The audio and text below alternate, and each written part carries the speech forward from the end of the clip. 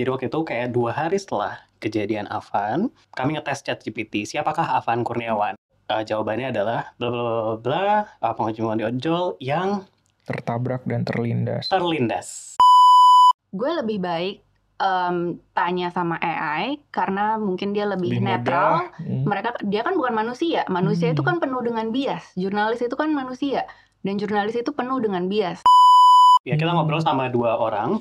Satu ini kuliahnya magangnya 2 kali. Dikirain bakal ditawarin kan, udah magang kedua kan. Ternyata kantornya malah nge-lay off gitu. Udah gitu 6 bulan kemudian nggak dapat pekerjaan. Sampai kemarin dapat update terakhir dia magang lagi. Magang untuk kali ketiga.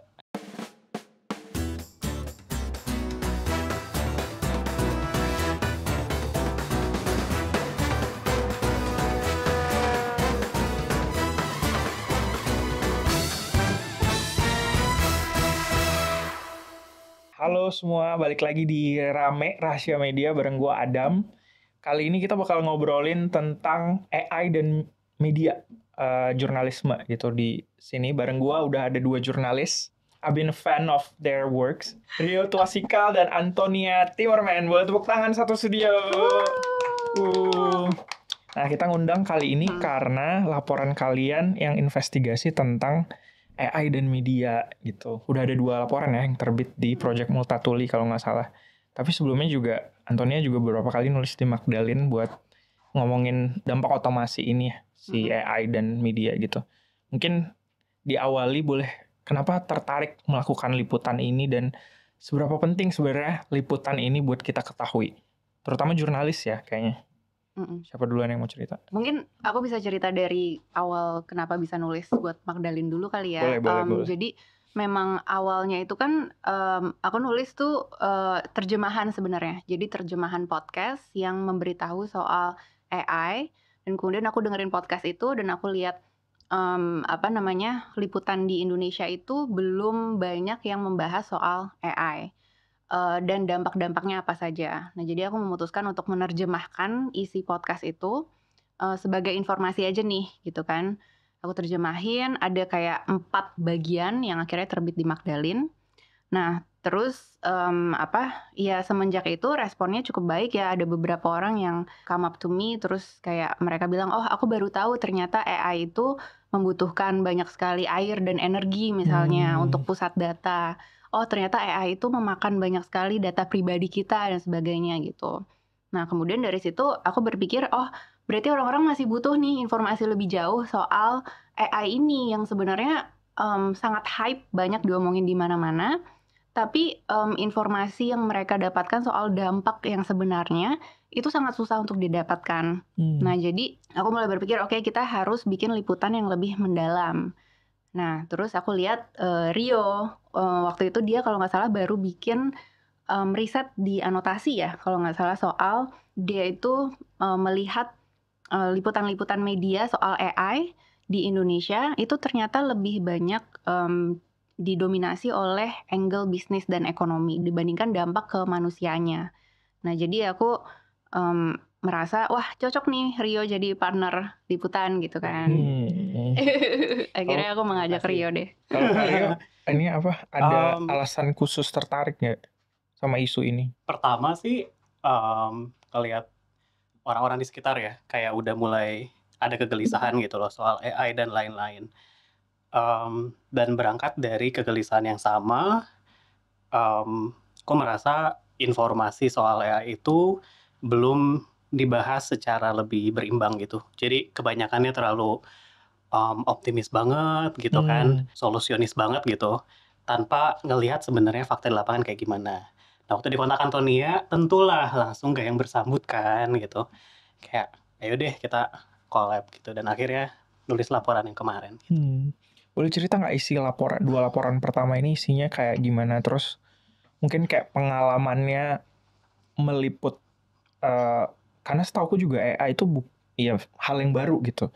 Untuk ngomongin lebih spesifik AI dan media itu juga hal yang baru yang kayak kalian bilang tadi, ini juga mungkin buat orang media juga sesuatu yang belum banyak yang paham banget gitu. Mungkin ada challenge apa gitu dalam prosesnya? Jadi laporan pertama adalah soal kayak dampak secara umum AI terhadap para pekerja kan. Hmm. Hashtag in this economy. Pas banget dapat momentumnya karena lagi banyak layoff besar-besaran kan lintas sektor. Tuh. Di saat yang sama lagi ada otomasi besar-besaran gitu. Jadi kita melihat di berbagai sektor ya, ada yang kayak di sektor kesehatan mental gitu, terus di sektor pendidikan, ada freelancer desainer grafis juga gitu. Ngelihat dampaknya. Laporan yang kedua, emang kita zoom in masuk ke industri media. Jadi bagaimana industri teknologi, perusahaan teknologi dan AI ini menggunakan pengaruh atau dominasinya gitu di ekosistem informasi kita, dan bagaimana itu berpengaruh terhadap industri media. Dan yang lebih penting lagi adalah bagaimana masyarakat luas itu mendapatkan informasi yang berkualitas gitu. Terus tantangan ya, tantangan sih memang itu tadi seperti yang kamu bilang, belum terlalu banyak orang yang mengerti dampak. Kemudian kalaupun kita menemukan orang-orang yang mengerti dampaknya terhadap dirinya sendiri dan organisasinya dan sektornya gitu ya, mereka itu merasa terancam untuk ngomong pendapatnya secara jujur.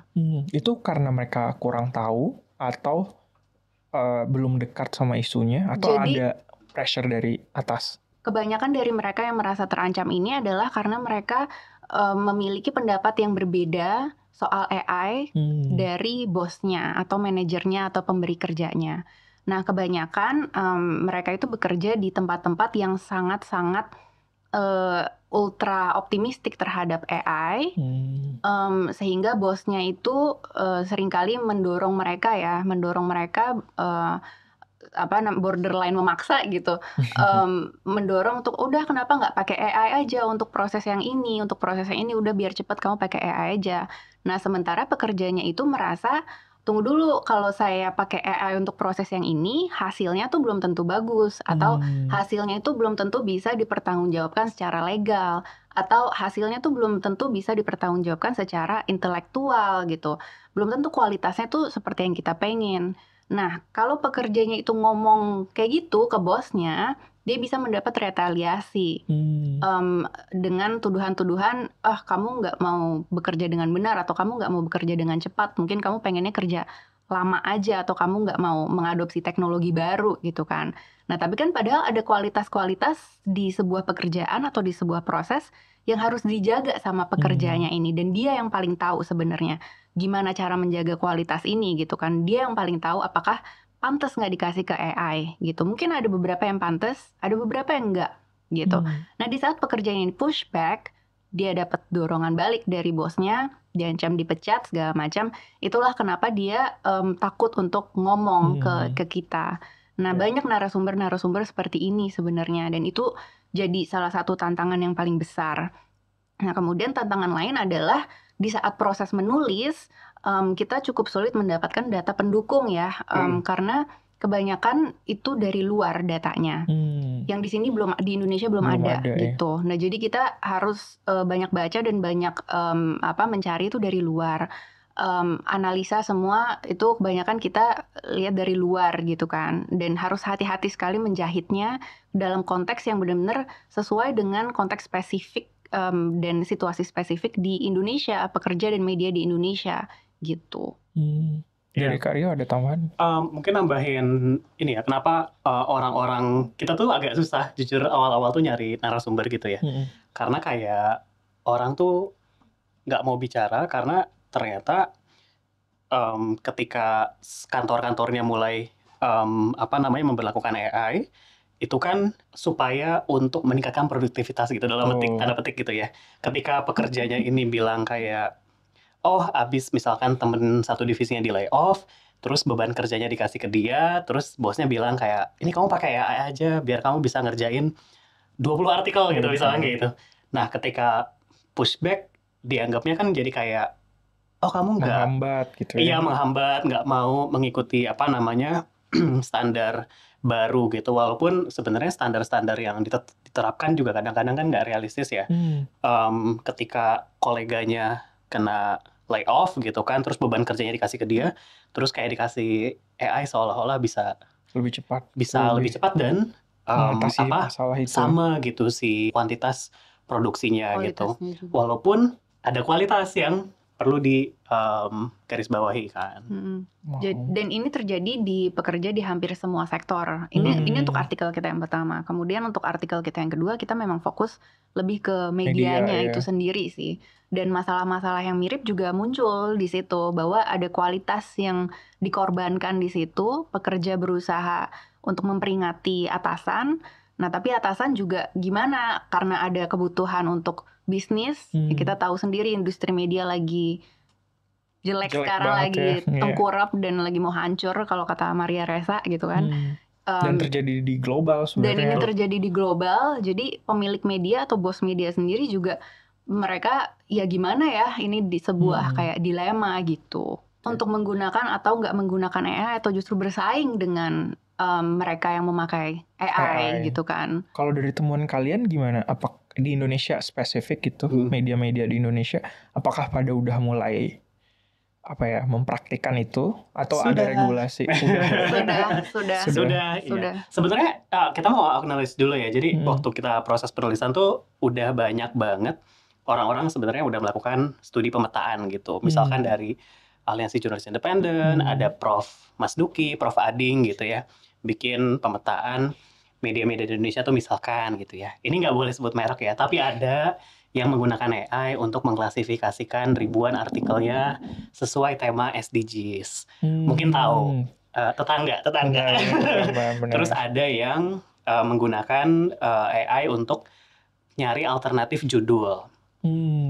Ada yang menggunakan, jadi media ini bikin robot penulis gitu untuk memproduksi artikel-artikel yang dianggap rutin, misalkan kayak cuaca, IHSG, atau lirik lagu gitu kan. Nah, media ini waktu kita telusuri ya, dengan menelusuri artinya adalah ngeklik setiap previews sampai tahun 2020 kita nemuin bahwa di media itu liputan cuaca tuh masih dikerjain sama manusia.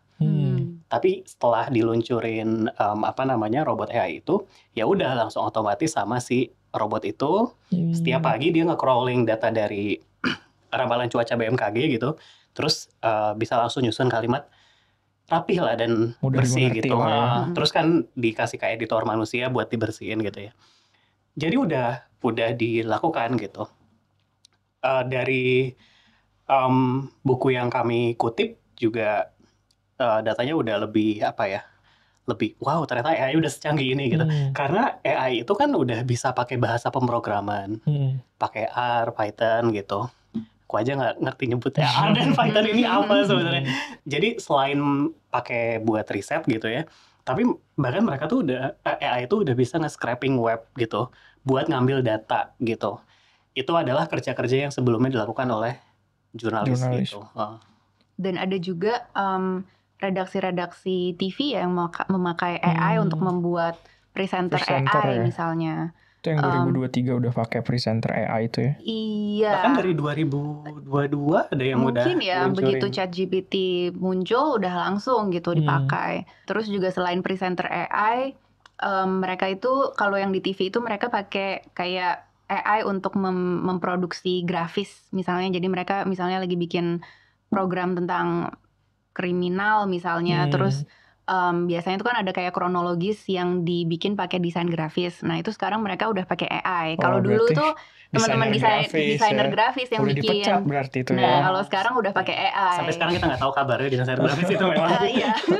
Mereka geser ke industri mana gitu. Jadi ya. memang dari industri di ruang redaksi TV, penulisan itu sudah pakai ya semuanya yang dari yang kita temukan. Berarti kalau dengar cerita ini kan dampaknya adalah sepertinya ada pengurangan di jurnalis dan desainer grafis gitu. Maksudnya dari tenaga kerja itu salah satu efeknya adalah berkurang nih otomatis gitu ya ke media. Selain itu ada yang lain nggak yang mungkin lebih dengan misalnya tadi otomatisasi mencari crawling data di web yang biasanya itu dilakukan oleh jurnalis gitu. Kalau yang ngelakuin manusia juga ada kemungkinan error ya gitu. Apakah akurasinya lebih better mungkin karena dilakukan oleh robot, atau sebenarnya kalau dilakukan oleh robot ada efek lain yang Nah. juga buruk gitu misalnya. Nah, paragraf pembuka kita. Karena kita ngebuka laporan ini dengan eksperimen kita terhadap ChatGPT gitu. Nah. Jadi waktu itu karena lagi rame Avan gitu ya, ini udah sebulan kan ya. Jadi waktu itu kayak 2 hari setelah kejadian Avan, kami ngetes ChatGPT, siapakah Avan Kurniawan gitu. Terus ChatGPT ngasih tahu jawabannya adalah bla bla bla, pengemudi ojol yang tertabrak dan terlindas oleh mobil itu kan dari polisi. Terus kita lihat sumbernya Wikipedia pertama bahasa Inggris, run over.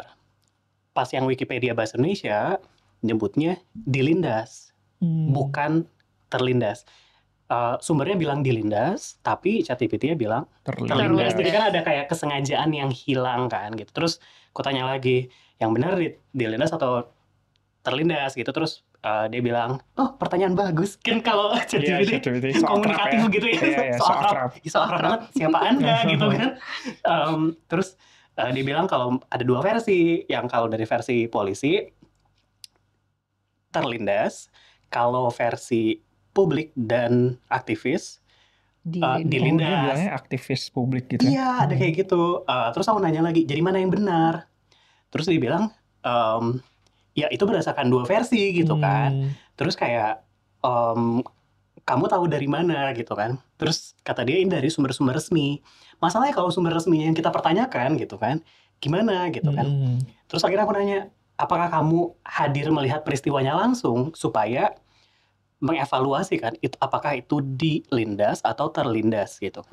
Kata dia ya enggak, tapi berdasarkan sumber-sumber di internet. Terus kayak salah satu sumbernya adalah video berikut, videonya konferensi pers dari polisi gitu. Kita langsung ngeliat kayak oh ternyata semudah itu membuktikan bahwa sistem AI ya bias gitu. Belum bisa menggantikan posisi jurnalis yang hadir di lapangan langsung menyaksikan gitu. Karena mesin itu kan dia cuman nge-crawl dari yang udah tersedia di internet kan gitu. Dia nggak tahu di kejadian itu, dia nggak ngelihat, dia nggak, dan dia juga tidak dia nggak mencatat peristiwa tersebut kan. Dia cuma merangkum gitu. Jadi pas tahu gitu ya, sekarang kalau kita semakin bergantung pada AI BTW udah ada risetnya. Jadi orang itu sekarang udah menggunakan AI chatbot untuk mengkonsumsi berita. Jadi udah nggak searching di search engine atau lewat sosmed lagi, tapi udah ada sebagian yang langsung nanya ke ChatGPT. Wow. Nah, 7%. Dan ini akan terus bertambah. Dan di angka yang lebih muda itu 15%. Nah, riset yang sama nyebut di Indonesia bahwa sekitar berapa persen ya? Tapi udah ada orang yang nggak apa-apa kok berita yang diproduksi AI gitu. Nah, masalahnya kalau AI-nya kayak gitu yang tadi ya, seproblematik itu, seberapa besar kita harus percaya sama sistem itu gitu, untuk mencari informasi yang penting gitu. Di situ kan jadi ada layer tentang pengetahuan juga kan. Maksudku gini, kayak kan itu tadi 7% orang yang lebih memilih untuk cari ChatGPT. Sekitar itu 7% orang untuk cari berita di ChatGPT. Ini mungkin nggak sama dengan mereka tidak peduli dengan berita, tapi ada 7 orang yang lebih percaya. Itu kan datanya gitu. Kalau ini terus meningkat, berarti kan orang memang nggak, ada kemungkinan orang nggak ngerasa butuh untuk cari berita di sumbernya langsung gitu. Dan ini apa gitu efeknya ke, aku sih kebayangnya ke demokrasi udah jelas ya. Jadi kita kayak tadi tuh misalnya kalau reporter kan bisa liputan langsung dan ngelihat langsung di lapangan, dan buat kita praktisi yang bekerja sebagai jurnalis itu kan udah ada kode etik dan kita paham itu. Tapi kan masyarakat nggak. Banyak orang sebenarnya ini mungkin cuma 7%, tapi bisa jadi lebih gede gitu. Ada bahaya yang banyak orang nggak sadari gitu.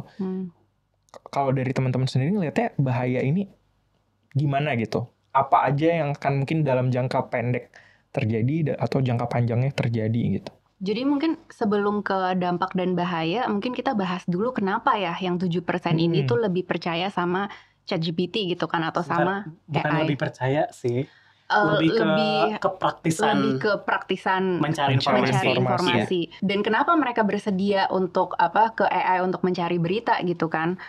Mungkin menurut aku adalah 7% ini pertama itu tadi convenience. Jadi lebih enak aja mungkin untuk kayak ngobrol sama chatbot gitu kan. Nah, yang kedua adalah yang mungkin ini banyak orang yang tidak sadar gitu ya. Persepsi orang terhadap teknologi itu biasanya adalah teknologi itu netral. Teknologi itu lebih netral. Ini persepsi orang ya. Jadi makanya yang 7% itu mungkin merasa gue lebih baik tanya sama AI karena mungkin dia lebih netral. Dia kan bukan manusia. Manusia itu kan penuh dengan bias. Jurnalis itu kan manusia. Media itu penuh dengan bias. Nah, ini masalah media yang memang sudah ada. Nanti akan kita bahas. Tapi mungkin itu jalan pikirnya gitu loh. Jalan pikirnya bahwa teknologi itu kan netral. Oke, jadi gue tanya aja. Nah, 7% ini memang akan kemungkinan akan meningkat gitu ya. Kalau semua orang berpikir seperti ini, dan kalau semua orang berpikir memang lebih nyaman dan lebih bagus aja kalau kita dapat berita dari AI. Dampaknya adalah bias-bias yang semakin tersembunyi itu akan semakin teramplifikasi dong. Karena kan orang nggak sadar kalau misalnya AI itu ternyata lebih bias dari manusia. Amplifikasi bias di AI itu sangat lebih tinggi dibanding kalau kita ngelihat biasnya manusia gitu ya. Kalau manusia iya dia pasti bias, tapi levelnya mungkin segini katakanlah. Kalau di AI karena sistemnya itu dia sudah mengumpulkan sedemikian banyak bias dari manusia-manusia lain, ya biasnya udah eksponensial gitu kan, berkali-kali lipat gitu. Nah, kalau misalnya kita membayangkan sebuah masyarakat, sebuah negara atau sebuah masyarakat yang memiliki informasi yang tersirkulasi dengan sebegitu banyak bias, segitu banyak ketidakakuratan, dengan kualitas yang sangat rendah, ya kita bisa bayangkan masyarakat macam apa yang akan terlahirkan dari ekosistem informasi seperti itu gitu. Kita tidak akan lagi percaya sama satu sama lain. Kalau tidak ada informasi yang bisa kita percaya, aku bisa punya gelembung informasi aku sendiri karena sudah terpersonalisasi oleh AI. AI udah tahu banget nih informasi yang bikin aku engage sama dia tuh, yang informasi yang kayak gimana. Ya dia akan ngasih aku informasi yang itu-itu lagi. Kamu punya preferensi yang berbeda, kamu punya preferensi yang beda. Jadinya kita bertiga akan ada di gelembung informasi gitu. Dan kita bertiga akan punya realita kita masing-masing. Sehingga kalau kita ketemu ngobrol, kita nggak akan punya realita yang sama nih. Jadi masyarakat kayak gimana yang akan terlahirkan dari situasi seperti itu, di mana kita tidak bisa agree on one reality gitu loh. Jadi itu bahaya banget. Karena ada profesi yang sebenarnya dilakukan oleh jurnalis untuk menguji dan memverifikasi data itu hilang ya jadinya. Betul. Fungsinya jurnalisme itu kan sebenarnya itu menyeragamkan, istilahnya menyeragamkan realita ya, supaya kita bisa berfungsi sebagai masyarakat gitu. Meskipun kita punya pendapat yang berbeda-beda, tapi seenggaknya jurnalisme itu memastikan informasi yang dikeluarkan dan disirkulasikan di sebuah masyarakat itu adalah informasi yang sudah vetted. Jadi udah faktual gitu ya. Sebisa mungkin kita memastikan informasi itu faktual, dan sebisa mungkin kita memastikan informasi itu di backup sama analisa dari ahlinya gitu. Dan kita verifikasi lagi gitu kan, benar nggak kejadian di lapangan dan sebagainya. Jadi itu informasi yang berkualitas itulah yang diproduksi sama jurnalisme sebenarnya. Kalau jurnalismenya, bisnis medianya harus kalah dengan AI, ya jadinya kita akan berada di sebuah masyarakat dengan informasi yang jelek gitu. We don't want that. Iya.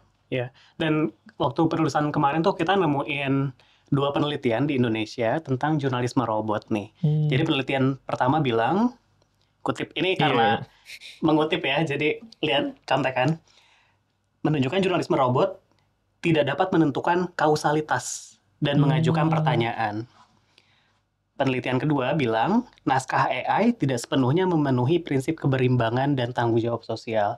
Dan kita juga ngobrol sama salah satu dosen di Monash yang dia bilang bahwa yang tahu soal kondisi masyarakat, yang tahu soal keberpihakan, keberimbangan, percaya sama siapa, itu kan manusia kan. Jadi ketika fungsi-fungsi ini dilakukan oleh robot yang bahkan nggak bisa nge-challenge sebuah pernyataan gitu dengan pertanyaan tambahan, ya bisa dibayangin aja kalau misalkan orang-orang yang katakanlah pemerintah kita senangnya bohong gitu ya, katakan akhirnya kan nggak ada yang bisa nge-challenge itu, terima aja kata yang berkuasa gitu ya. Tapi itu kan salah satu dampak panjang ya. Dampak pendeknya yang paling kelihatan tadi kayak desainer grafis nggak ada. Terus kayak itu sih karena otomasi tadi yang nulis berita tertentu digantikan sama jurnalis robot. PHK kan gede-gedean banget tuh. Kalian gimana melihat ini? Jadi kalau tadi balik ke pertanyaan lo, apakah AI sudah menggantikan jurnalis gitu ya? Masalahnya memang tidak ada data yang bisa membuktikan secara langsung ya bahwa PHK media itu terjadi karena AI directly karena AI gitu kan. Jadi tidak ada yang bisa membuktikan itu.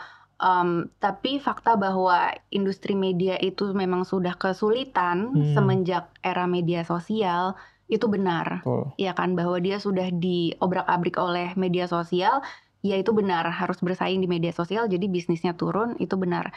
Jadi PHK media yang berlangsung baru-baru ini, itu tidak bisa dilepaskan dari struggle media dengan media sosial itu tadi.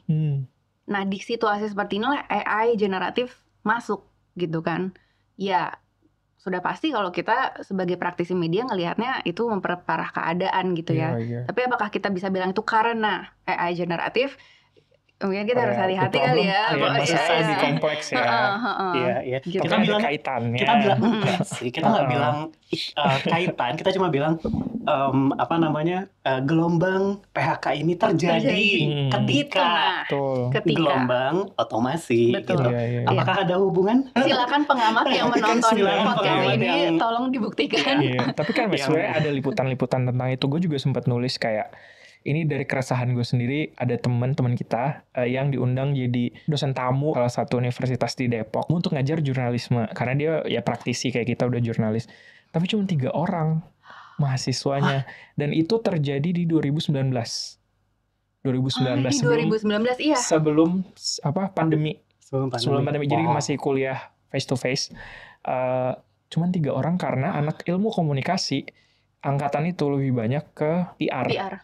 Ke humas gitu. Jadi ada penurunan peminat untuk orang yang mau jadi jurnalis. Sebenarnya dari aku kuliah juga, aku bukan ilmu komunikasi, tapi temen dimasukin kan pers mahasiswa gitu. Terus kayak teman-teman di situ malah anak komunikasi itu kayak minoritas gitu. Karena pada banyak milih humas itu. Maksudnya itu sebuah fenomena tersendiri. Tapi ada sepi peminat ini menurutku yang jadi satu problem jurnalisme kita gitu, kayak nggak ada regenerasi. Orang malas jadi jurnalis itu kan faktornya banyak.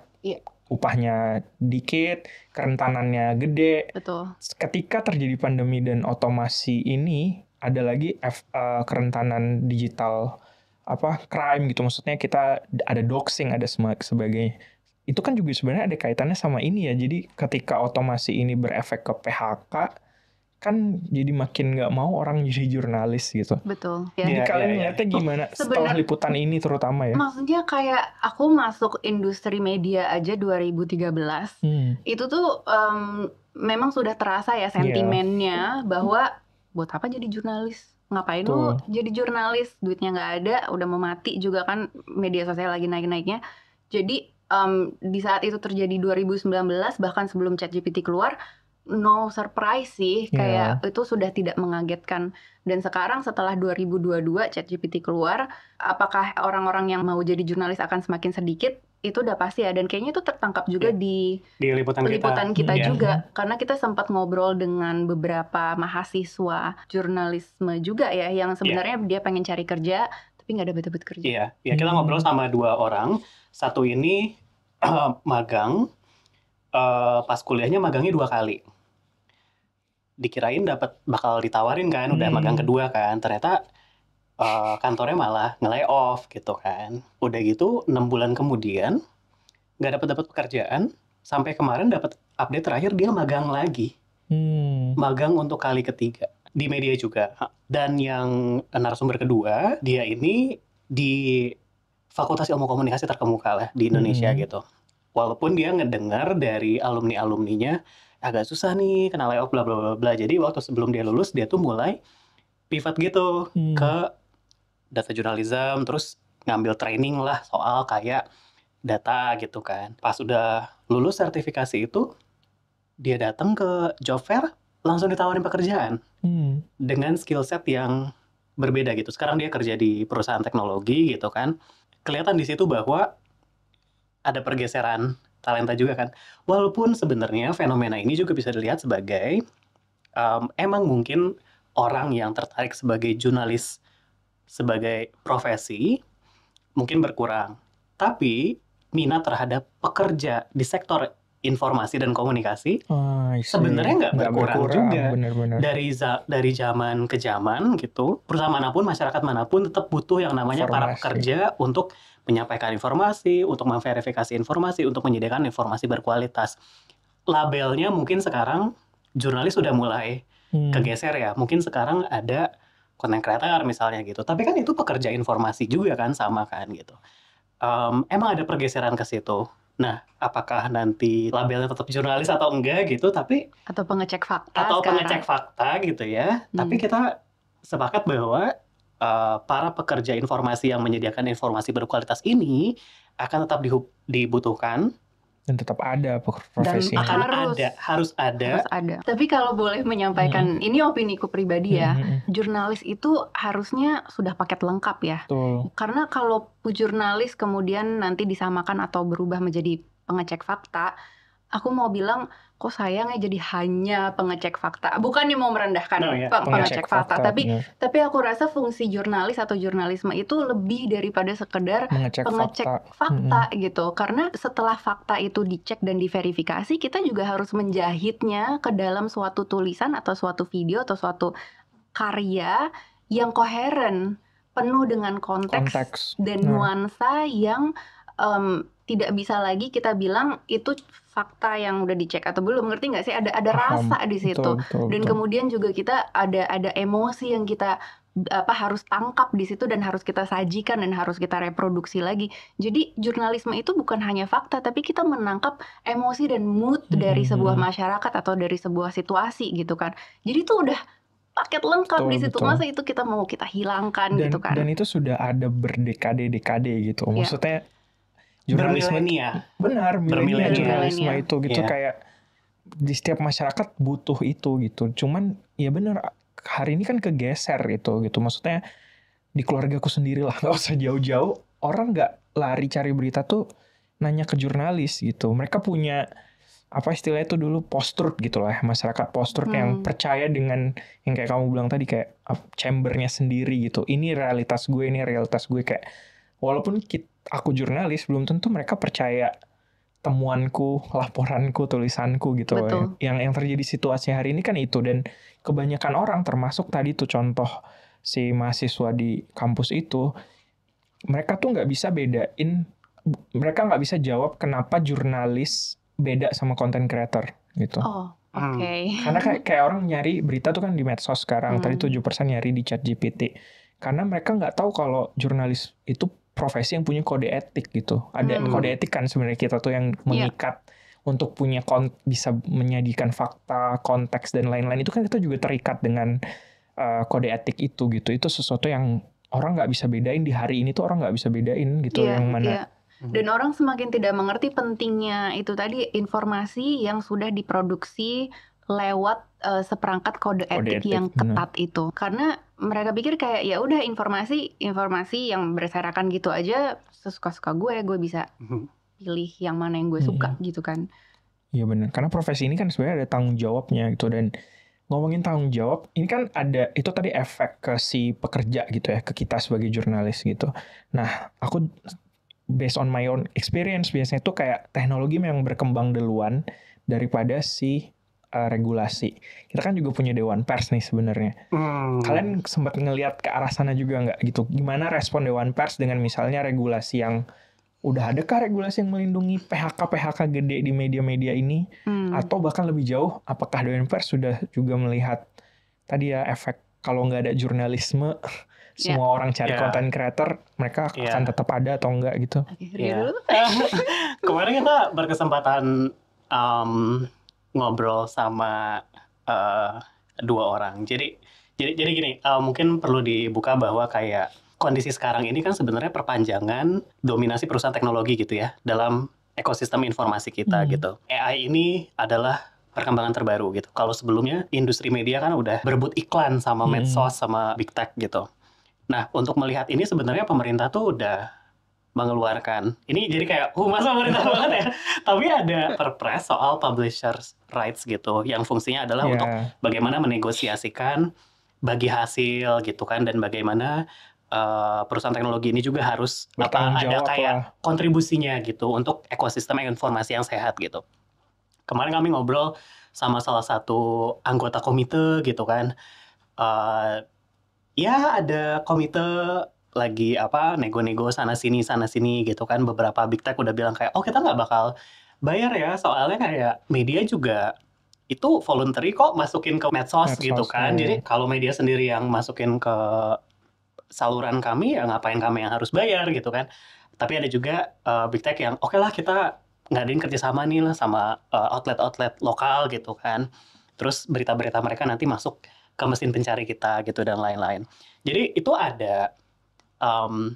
Cuma kemarin kita ngobrol sama jurnalis yang lagi S3 juga ya, Mbak Sofi.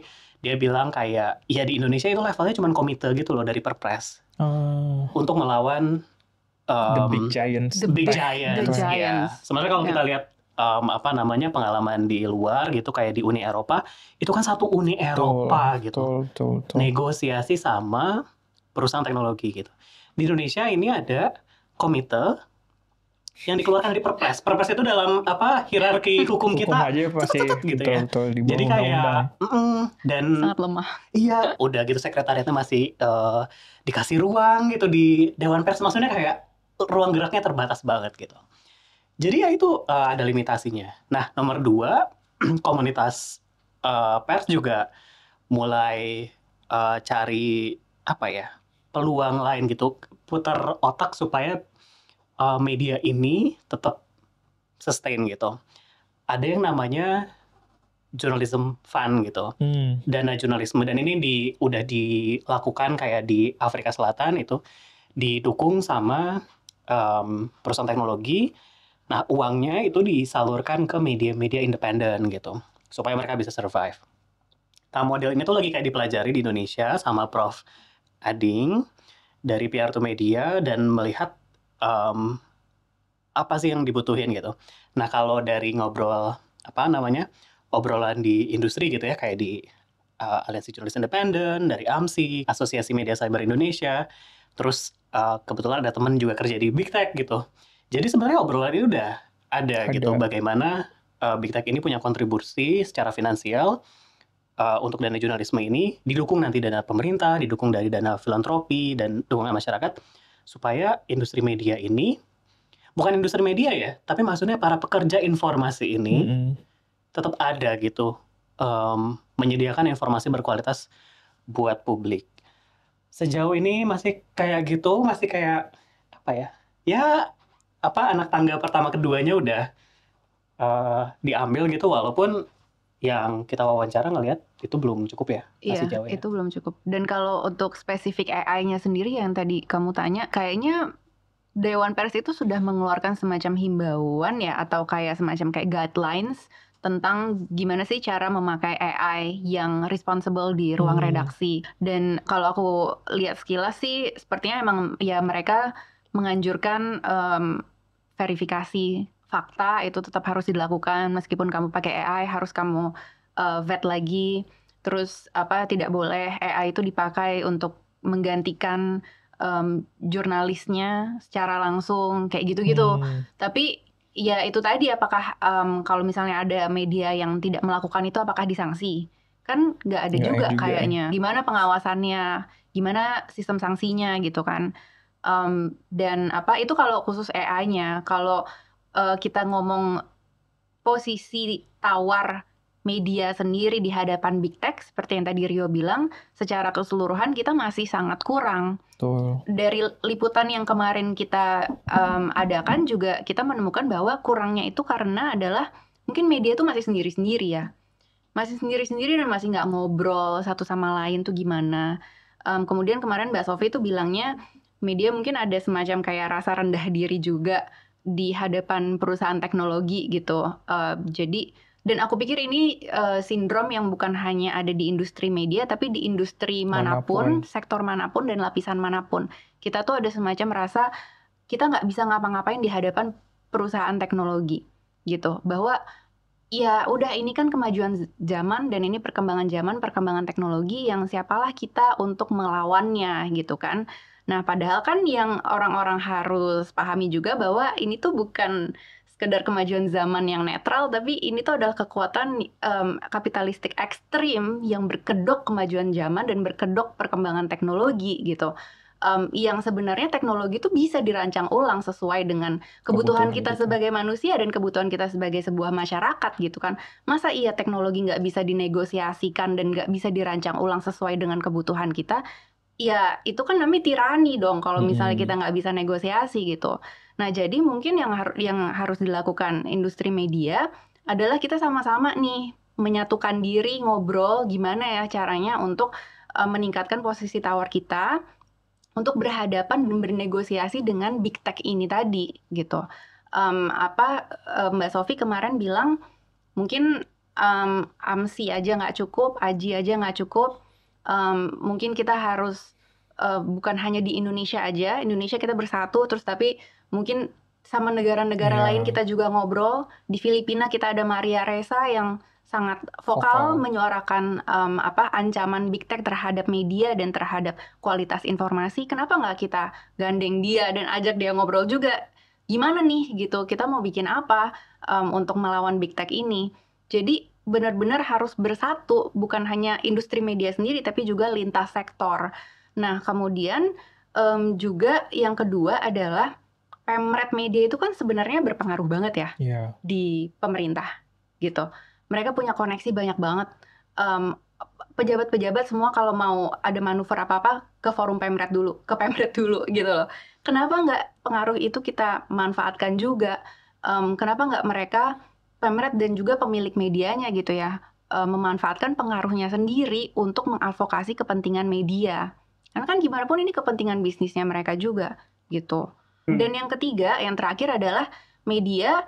Semua media apapun itu harus menjalankan fungsi jurnalistiknya untuk mengedukasi publik tentang teknologi dan tentang alternatif pengembangan teknologi yang sesuai dengan kebutuhan kita. Selama ini media tidak menjalankan itu. Pertama mungkin karena tidak laku.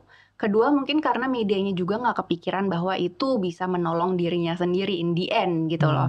Bahwa fungsi itu tuh harus dijalankan. Kan kita berfungsi untuk mengedukasi publik.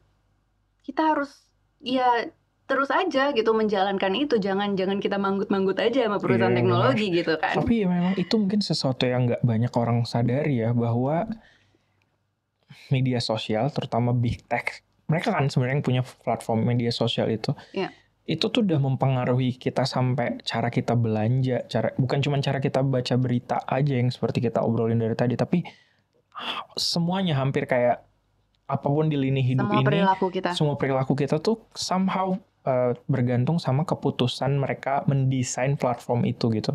Kayak kita ngikutin supaya ada istilahnya attention economy kan sebenarnya di semua ini gitu. Kayak yang kamu bilang kapitalistik ini kan kayak oke, ada roda ekonomi yang diputar, tapi pertanyaannya keuntungannya buat siapa, kerugiannya lebih banyak ke siapa gitu. Itu mungkin diskusi yang media juga belum sering ngobrolin itu gitu ya. Betul. Karena kalau kita lihat section teknologi di media sendiri kan kebanyakan hanya didominasi oleh misalnya launching produk, launching fitur baru, atau misalnya investment ke startup ini, ke startup itu. Apple membeli perusahaan teknologi ini gitu. Hanya itu aja gitu loh. Jadi keputusan bisnis, launching produk, fitur baru segala macam. Tapi analisa menyeluruh dan jujur gitu ya, analisa cost benefit secara jujur dan menyeluruh tentang apa sih dampak sektor teknologi dan pengembangan gaya kapitalistik ekstrim seperti itu terhadap perilaku kita dan terhadap masyarakat kita dan terhadap demokrasi kita, itu jarang sekali dilakukan gitu loh. Karena itu berkaitan dengan politik juga. Tapi itu maksudnya itu hal yang juga didebatkan di dapur redaksi kan, mau ini ini isu lo aja di teknologi gitu. Padahal ada spektrum gendernya misalnya di situ juga, gimana perempuan direpresentasikan dan bla bla bla, atau kelompok rentan direpresentasikan gitu. Catatan panjang sih sebenarnya. Catatan panjang. Tapi menurutku nggak apa-apa masuk section teknologi. Ini bukan cuma soal AI ini, tapi bahwa perkembangan teknologi disebut sebagai ini keniscayaan gitu. Emang udah pasti ada, nggak bisa kita tolak gitu. Kita perlu memeriksa lagi sebenarnya statement ini, karena teknologi itu bukan sesuatu yang muncul secara alami gitu loh. Teknologi itu produk manusia. Makanya teknologi itu politis, karena itu produk keputusan manusia gitu. Ada uang yang masuk, ada keputusan yang bilang kayak, kita ngembangin teknologi ini aja deh daripada teknologi yang ini gitu. Jadi teknologi tuh nggak netral, dan itu bukan sesuatu yang di luar kuasa kita, dan itu politis karena hasil dari keputusan manusia. Nah artinya kita bisa mempertanyakan kenapa sebuah teknologi ini arahnya ke sini, bukan ke sini. Ini aku suka banget ada meme ini yang kayak, aku pengen teknologi yang mengerjakan pekerjaan rumah, misalkan nyuci dan ngepel gitu ya, sehingga aku bisa lebih banyak nulis puisi dan menggambar gitu. Tapi sekarang teknologi yang muncul adalah teknologi yang bisa nulis puisi dan menggambar, sehingga gue jadi lebih jadi nyuci. Jadi kan itu bisa dipertanyakan kan? Ya benar. Dulu itu ketika teknologi itu dari dulu selalu kayak punya imajinasi untuk teknologi akan membebaskan manusia dari segala bentuk pekerjaan ini, beban ini. Sehingga kalau lo percaya semakin banyak teknologi yang digunakan, lo akan bebas, makin punya banyak waktu luang. Salah satu contohnya adalah ketika dulu ada mesin cuci ditemukan, mesin cuci dianggap sebagai solusi bagi perempuan yang dikurung di ranah domestik untuk bisa punya waktu luang. Apakah sekarang terjadi? Enggak juga. Enggak kan gitu. Jadi harus ada kesadaran ke arah itu, bahwa teknologi ini di luar dari AI sosmed ya. Teknologi akan selalu punya imajinasi bahwa ini akan membebaskan manusia gitu. But is it really happening? happening? Is it really happening gitu kan? Dan itu kan harus negosiasi yang melibatkan semua pihak ya. Jadi makna pembebasan teknologi itu, bentuk teknologi itu sendiri, manfaat dan cost atau biaya yang dibutuhkan untuk teknologi itu sendiri tercipta, itu harus negosiasi yang melibatkan semua pihak yang akan terdampak. Jadi nggak bisa keputusan-keputusan itu hanya dibuat di kantornya OpenAI aja atau di kantornya Google aja, yang kemudian mereka berasumsi mereka tahu semua situasi kita dan semua kebutuhan kita, dan mereka langsung bilang teknologi ini akan menyelamatkan kalian gitu. Tapi kita nggak bisa kasih tahu mereka nggak bisa ngasih tahu mereka kalau mungkin bukan ini loh yang kita butuhin tuh ini gitu. Proses-proses itu nggak ada. Iya benar. Kayak yang di laporan kalian kan bilang aku lupa perusahaannya yang bilang mereka yakin AI akan menyelamatkan kita dari krisis iklim, padahal kan AI sendiri sedang merusak lingkungan kita sendiri karena air dan lingkungan gitu ya. Jadi itu terbongkar di bukunya Empire of AI oleh Karen Hao, yang dia itu salah satu jurnalis pertama yang mendapat akses ke kantornya OpenAI. Nah, waktu dia pertama kali main ke kantornya itu, dia bilang, dia nanya kan, ini tuh AI yang mau kalian buat, itu bentuknya seperti apa gitu. AGI waktu itu mereka bilangnya, jadi Artificial General Intelligence, yang didefinisikan sebagai AI super canggih yang bisa menyamai kemampuan manusia atau bahkan melebihi kemampuan manusia dalam berpikir dan berkreasi. Terus si Karen ini nanya, AGI itu bentuknya kayak gimana gitu kan. OpenAI-nya sendiri nggak tahu. Tapi pokoknya kami hanya bisa percaya bahwa AGI ini akan menyelesaikan seluruh masalah manusia yang kompleks, termasuk krisis iklim. Contohnya waktu itu dikasih contohnya itu krisis iklim.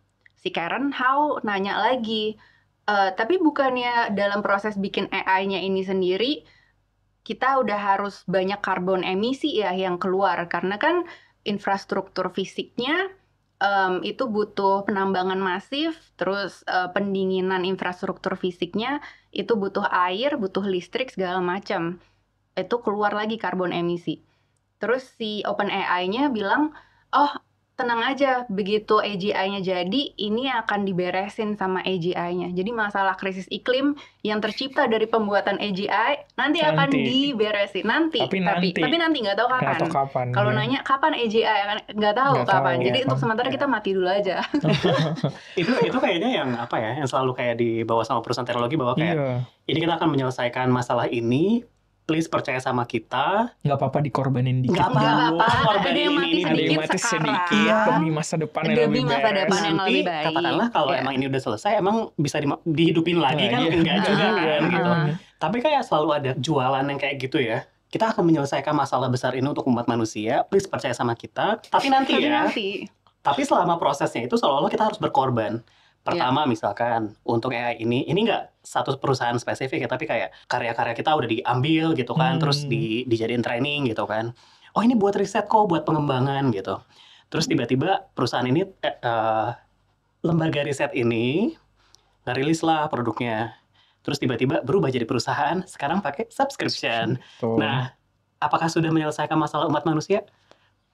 Belum gitu. Jadi ya kita perlu apa ya, punya semacam skeptisisme yang sehat gitu sih dari janji-janjinya kayak gitu. Dan sebenarnya mungkin to be fair ya, to a certain degree mungkin janji-janji kayak gitu boleh kita toleransi dalam beberapa tahun atau dalam periode waktu tertentu gitu ya.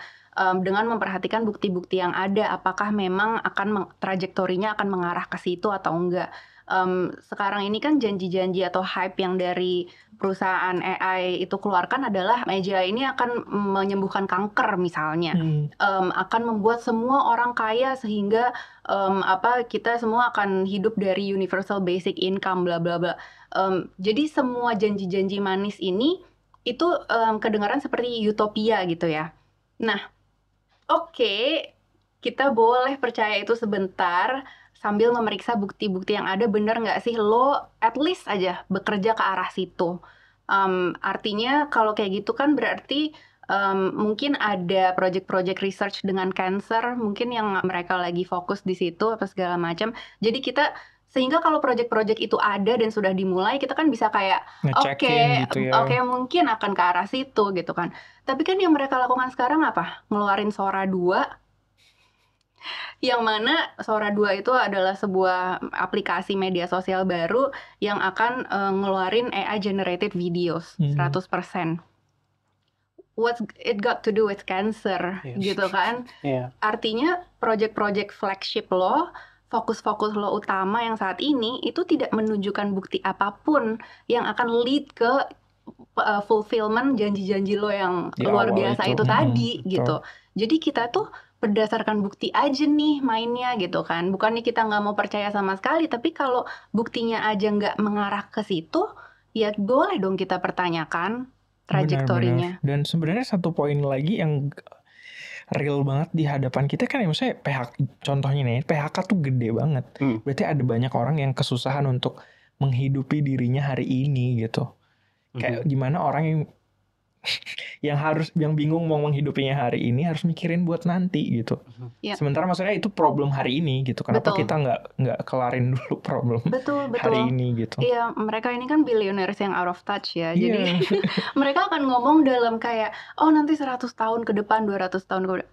kita udah gak mikirin kayak even 5 years from now. Iya. Even next year gue Even masih punya next kerjaan year, gak iya. ya? Betul, industri Iya. ekonomi magang 3 kali nggak cukup kan tadi. Iya. Sumpah.